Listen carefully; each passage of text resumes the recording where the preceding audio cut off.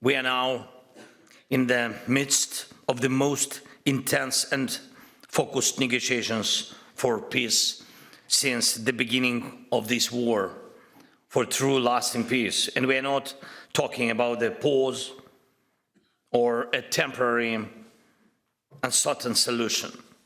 We are working closely with partners to finally end this Russian war against Ukraine, and through Ukraine against the very essence of life in Europe. And that's why now we need the same strong political support that we had at the beginning of this war. Back then, the future was shaped by our joint efforts in defense. Today, the future depends on our shared political positions and political decisions. They once needed to root out every cause of this war. The current Russian leader, and after him, all of his propagandists often use the term root causes of the war, as if there is something inevitable that forces Russia to keep fighting, and as if the reasons of Russia's wars were not inside Russia and not a part of its own nature, but instead located somewhere outside, somewhere in Ukraine, in Europe, in NATO, or elsewhere. They always blame others and always try to explain their wars through someone else's actions, as if the reason for their aggression is never in Moscow, but always in their neighbors. Let's look at Russia's history since 1991. From then until today, Russia has changed. It has been poor and rich. It has gone from oligarchy to dictatorship, but one thing has remained the same. It keeps bringing war and hatred. From Chechnya to the Balkans, from Moldova to Syria, from countries in Central Africa to Ukraine, Russia chooses conflict over peace. And Russians always say they're somehow not guilty, somehow. And someone else, not Russia, is always expected to make concessions so that Russia might stop spreading bloodshed. And that's always something they claim must be given up so they can stop killing. Now, in Russia's war against us, our people, our country, this logic has reached its largest and most dangerous scale. Russia has invaded our home. It's destroying our cities, our villages, killing Ukrainians, our children, and at the same time demanding that we give up parts of our land they haven't even managed to conquer. Russia keeps nearly a million strong occupation force on our territory, and yet it demands that Ukraine accept limits on our right to join alliances and on our sovereignty. Russia strikes our infrastructure, our cities and villages, our energy, and blame us in it. And when we strike back, they cry out as if only they have the right to strike and others must stay silent and suffer. That is Russia. And the truth is, we are dealing with a chronic offender. At the root of all the problems and even of every Russian strike is this: Russia behaves like a career criminal who's convinced he will never be caught. Russia feels unsafe when its neighbors are safe, and it feels bad when their neighbors are doing well. Russia is a state that fundamentally rejects the idea of everyone, including itself, playing by the same rules. And that's exactly where the real path to peace begins. It's not enough to force Russia into a deal. It's not enough to make it stop killing. We must make Russia accept that there are rules in the world and that it cannot deceive everyone. This is the path to lasting peace. And I thank you, Netherlands, for standing with us on this path and for supporting all the elements of the just end to this war, from stopping the killing to defending justice for Ukraine. It truly matters, and I'm sincerely grateful to you for that. Thank you. Ladies and gentlemen, together with partners, we are working not only to stop the bloodshed, but to change the situation along Russia's borders so there is no opportunity to start another war. And we understand that criminals don't change in a day. That's why the talks these days are not only about ceasefire, but about security guarantees. This is not only about diplomacy, not only about physical security. It's also about making Russia finally learn to live by the rule of law. And it will only work if there is true accountability, if the punishment of the aggressor becomes inevitable. Yes, it's not easy, but it's not as difficult as some may try to portray it. We have already done a great job. Now we simply need to press forward and bring the criminal to justice. Last week, I visited one of our cities on the front line. Yes, our city of Kupiansk. And it's a city in the eastern Ukraine, and the front line is now very really close to it. And Putin publicly lied, claiming that Russian forces had already taken the city. So I went to Kupiansk myself to show the world Putin is lying, to show only one thing, this. And we must keep exposing every single Russian falsehood, because truth restores justice. And I will continue to destroy every Russian line on the front line and around the world. And I urge you to support Ukraine in this effort. This is how it works. Truth is the ground on which justice grows. The same applies to the issue of damage caused by Russian aggression. Of course, right now, European leaders have the decision on the table regarding frozen Russian assets. Most of these assets allocated in Europe, and these Russian assets can and must be fully used to defend against Russia's own aggression. The aggressor must pay. And this is also about restoring justice, and in a way that Russia will truly feel. Putin does not believe in people.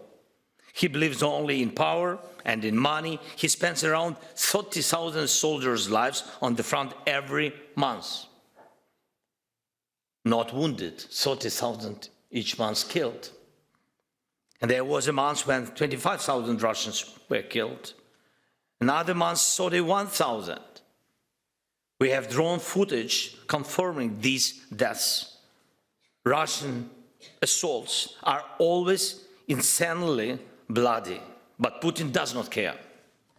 Russians don't count their dead, but they do count every dollar and every euro they lose. That is why a strong decision on Russian money is needed, and these funds must work to defend against Russia. And I urge you to support this. Next point. Each day now, Ukrainians are working to restore electricity, heating, and water after Russian missiles and drones attacks.